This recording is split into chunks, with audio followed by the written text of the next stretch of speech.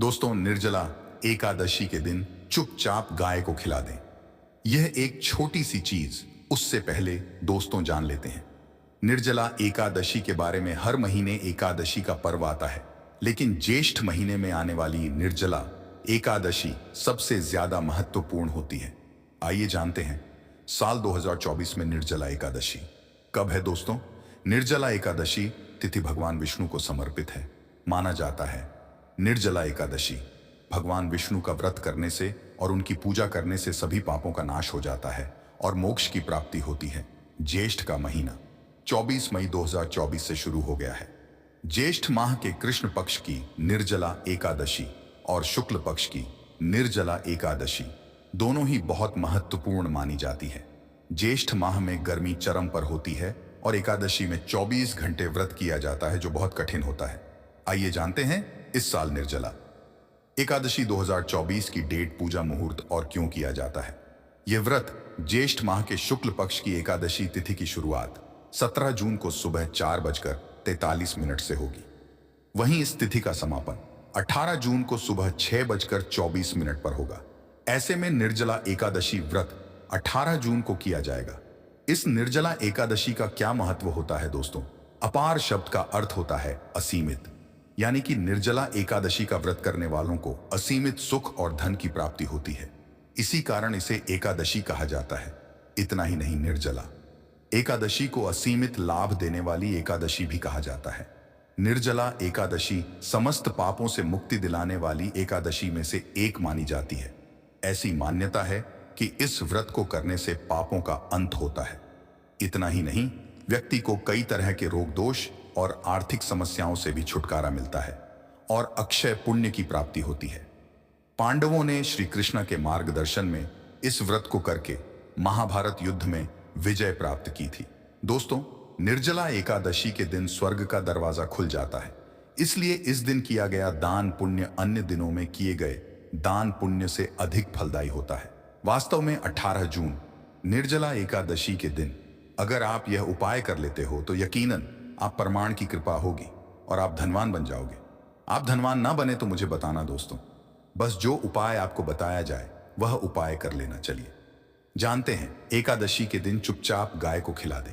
यह एक छोटी सी चीज, रोडपति भी होंगे, करोड़पति मिलेंगे, सभी संकट और कष्टों से मुक्ति, मृत्यु दंड, पितृदोष तुरंत होगा खत्म, पूरे साल आपके भरे रहेंगे अन्न धन के भंडार। यूं कहे कि आपकी 7 पुश्ते तक करेंगे।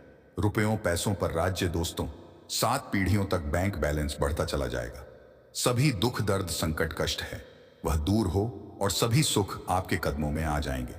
सभी सुख आपके कदम चूमेगी।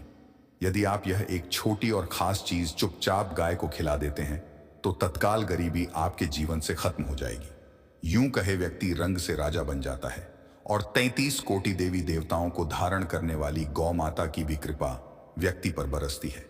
व्यक्ति के घर में कभी भी अन्न धन वस्त्र कमी नहीं होती है। धन के भंडार व्यक्ति के घर में भरे रहते हैं। व्यक्ति के जीवन से गरीबी खत्म हो जाती है। तो दोस्तों, कौन कौन से वे गाय से जुड़े खास और महत्वपूर्ण उपाय हैं जिन्हें यदि आप एकादशी के दिन कर लेते हैं तो दोस्तों यकीन मानिए आपके घर में अन्न धन के भंडार सदैव भरे रहेंगे। जो भी जीवन के दुख दर्द संकट कष्ट हैं वह सभी दूर हो जाएंगे। इस वीडियो में हम आपको उसी एक खास और महत्वपूर्ण चीज के बारे में बताएंगे, क्योंकि आपको एकादशी के दिन गाय को जरूर खिलानी है। यकीन मानिए जीवन में आपको कभी सफलता हासिल भी नहीं होगी, क्योंकि इस वीडियो में आपको कुछ ऐसे उपाय गाय से जुड़े बताने वाले हैं जिन्हें करने से आपके जीवन के जो भी दुख दर्द संकट है या कामयाबी होने में कोई बाधाएं आ रही, सभी से छुटकारा मिलने वाला है। यूं कहे कि आपके जीवन में अपार धन सुख संपत्ति की प्राप्ति हो जाएगी। कभी भी धन से संबंधित परेशानी नहीं रहेगी। आर्थिक स्थिति आपकी प्रबल हो जाएगी। धन प्राप्ति के योग्य बन जाएंगे और जीवन में सदैव अनंत धन के भंडार आपके घर में भरे रहेंगे। अनंत धन वस्त्र कभी कमी नहीं होगी आपके घर में। तो दोस्तों, आज का वीडियो पूरा देखकर जाना। यदि आप चाहें आप और आपके परिवार पर सदैव गौ माता की कृपा से, आपके पितरों की कृपा से, देवी देवताओं की कृपा से, तो दोस्तों वीडियो को देखकर जाना। बहुत ही फायदेमंद वीडियो है। पूरे 50 सालों के बाद ऐसे दुर्लभ संयोग है तो पूरा वीडियो देखकर जाना यदि आप लाभ हासिल करना चाहते हैं और 7 पीढ़ियों तक कभी कोई किसी तरह की कमी ना हो, यह फल चाहते हैं। आपको बता दें, इस निर्जला एकादशी दिन तीर्थ स्नान करना बहुत ही फलदायी समझा गया। यदि कहीं तीर्थ स्थान पर पवित्र नदी में स्नान करना संभव ना हो तो आप क्या करें? घर पर ही नहाने वाले पानी में गंगा जल की कुछ बूंदें डालकर स्नान कर लें। और साथ ही साथ यदि आप स्नान आदि से निवृत्त हो जाएं, सर्वप्रथम तो अपने घर के पूजा स्थान को साफ कर वहां पूजा पा करें और दान जरूर करें। और इस एकादशी के दिन दान करने से सभी मनोकामनाएं पूर्ण हो जाती हैं। एकादशी के दिन कर पूर्वजों की पूजन के लिए बहुत ही शुभ फलदायी समझा गया है। आपको बता दें, इस बार जो इस दिन पूजा के साथ साथ सूर्यदेव की पूजा जरूर करनी चाहिए। आपको बता दें कि इस दिन यदि सूर्य नारायण की पूजा करते हैं तो आपके ग्रह जनित दोष भी दूर हो जाता है। व्यक्ति के जीवन में धन सुख संपत्ति की प्राप्ति हो जाती है। समस्त मनोकामना व्यक्ति की पूर्ण हो जाती है। और दोस्तों, साथ ही साथ अब बात करें, आपको उस दिन मतलब यह जो एकादशी के दिन है, इस दिन आपको एक उपाय तो जरूर करना है। गाय का उपाय बताने से पहले एक उपाय आपको बता दें, इस उपाय को जरूर दूर करें। पीपल के पेड़ के नीचे आपको सरसों का चौमुखी दीपक, आटे का दीपक बनाना है। चौमुखी, उसमें आपको कलावे की बाती लगाकर सरसों के तेल का दीपक जला देना है और बीच में 2 साबुत फूल वाले लौंग भी डाल दें।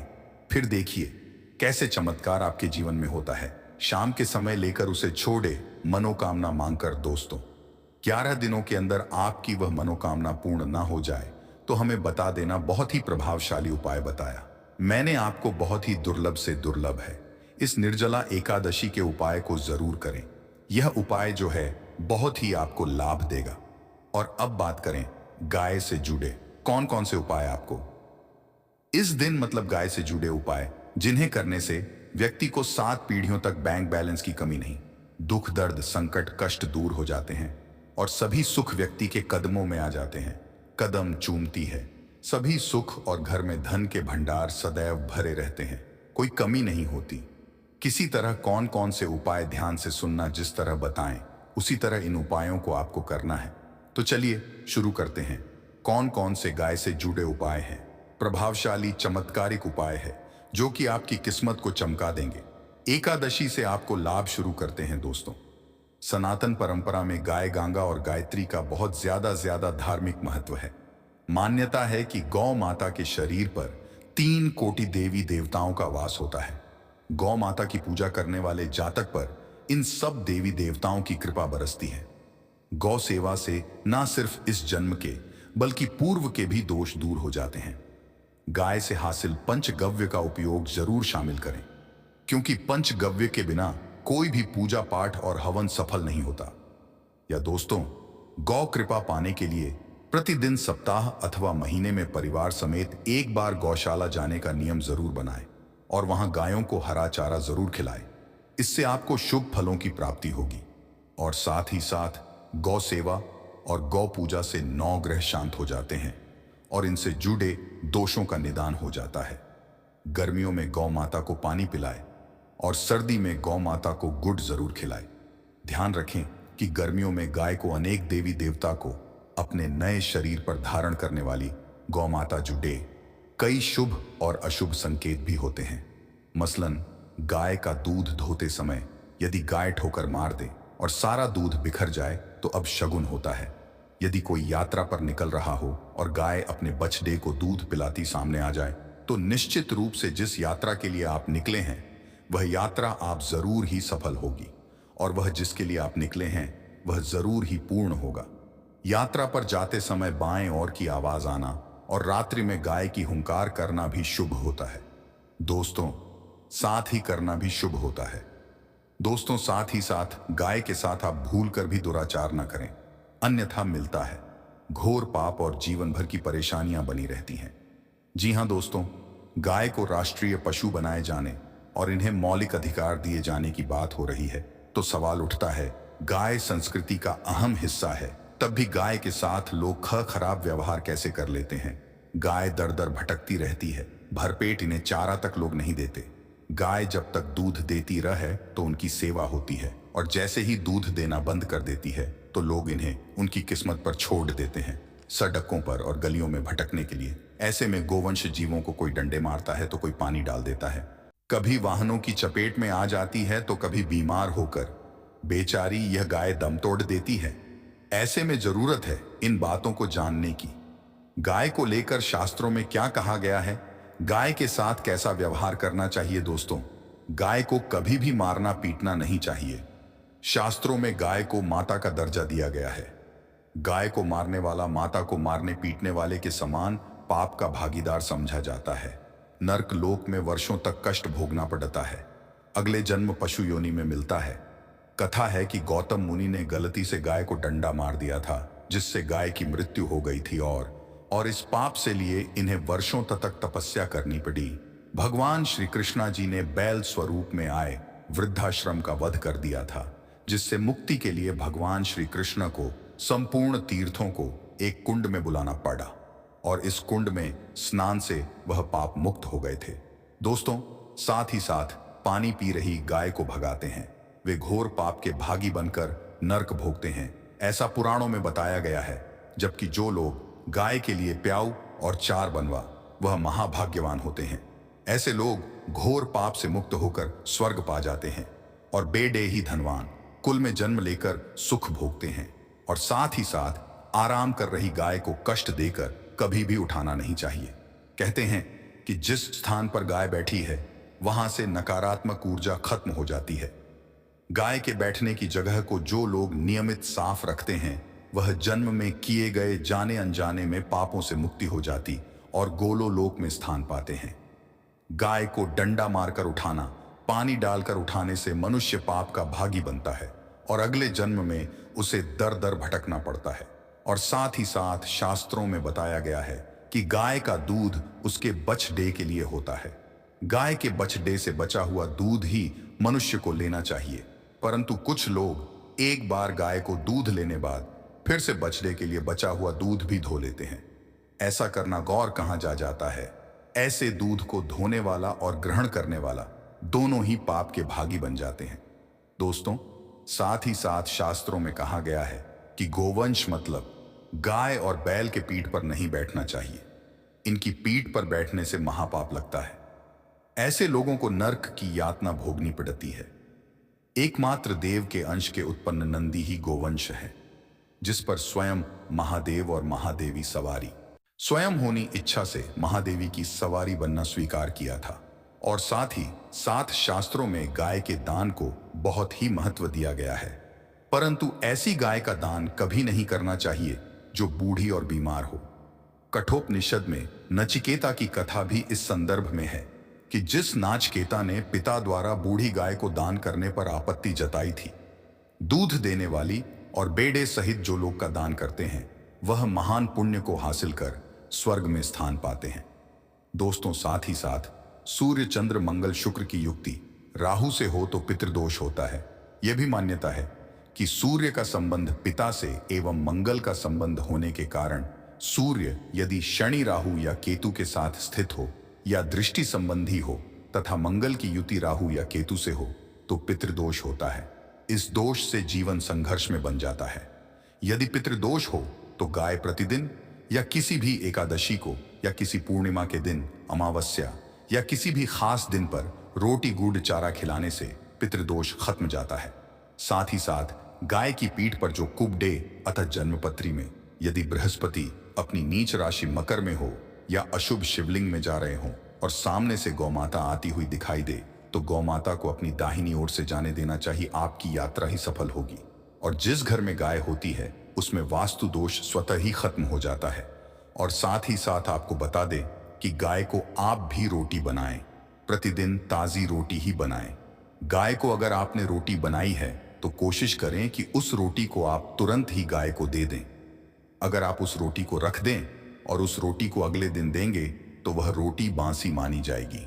गाय को कभी भी बासी रोटी ना दे, इससे नकारा ऊर्जा वास करती है और जो भी काम आपके बनने वाले होंगे वह काम भी आपके बिल्कुल भी नहीं बनेंगे। इससे आपके घर में हमेशा दर्द देवता का वास रहेगा और आप जिस भी काम को करेंगे उस काम में आपको हमेशा असफलता ही हाथ लगेगी। इसलिए कोशिश करें गाय को रोजाना ताजी रोटी बनाकर खिलाएं और रोटी को बिल्कुल ना रखें। बासी रोटी गाय को ना दें और साथ ही साथ गली चीजें गाय को नहीं खिलानी चाहिए। घर में कोई फल है, कोई सब है, सड़ जाए तो लोग क्या करते हैं, गाय को देते हैं। नहीं, ऐसा नहीं करना चाहिए। ऐसा करने से यदि आप गाय को खिलाते हैं तो आप पाप के भागी बन जाते हैं। आप बिल्कुल सड़ी गली चीजें गाय को ना खिलाएं और साथ ही साथ एकादशी पर आटे की 11 लोहियां बनाकर उनके ऊपर हल्दी लगाएं। इसके बाद गाय को खिलाएं। हर एक लोई को खिलाते समय उसमें तो डीसी हल्दी डालकर लोई को खिलाएं। एकादशी पर आप 7 बार गाय की परिक्रमा भी कर लें तो आपके समस्त काम होंगे। और दशी पर साथ ही साथ आप गाय को जब भी रोटी दे, रोटी पर या तो आप तो डी हल्दी लगा ले या तो डा गुड़ रख ले। अगर गुड़ ना हो तो आप तो डा घी रख सकते हैं। दोस्तों, गाय को कभी भी सूखी रोटी ना खिलाए। सूखी का मतलब गाय को रोटी खिलाए, उस पर कुछ ना कुछ रखकर खिलाए। हल्दी रख ले, गुड़ रख ले, मिश्री घी जो भी रख ले, मतलब खाली नहीं खिलानी है। इतना करने मात्र से आपके जीवन के सभी दुख दर्द समाप्त होंगे।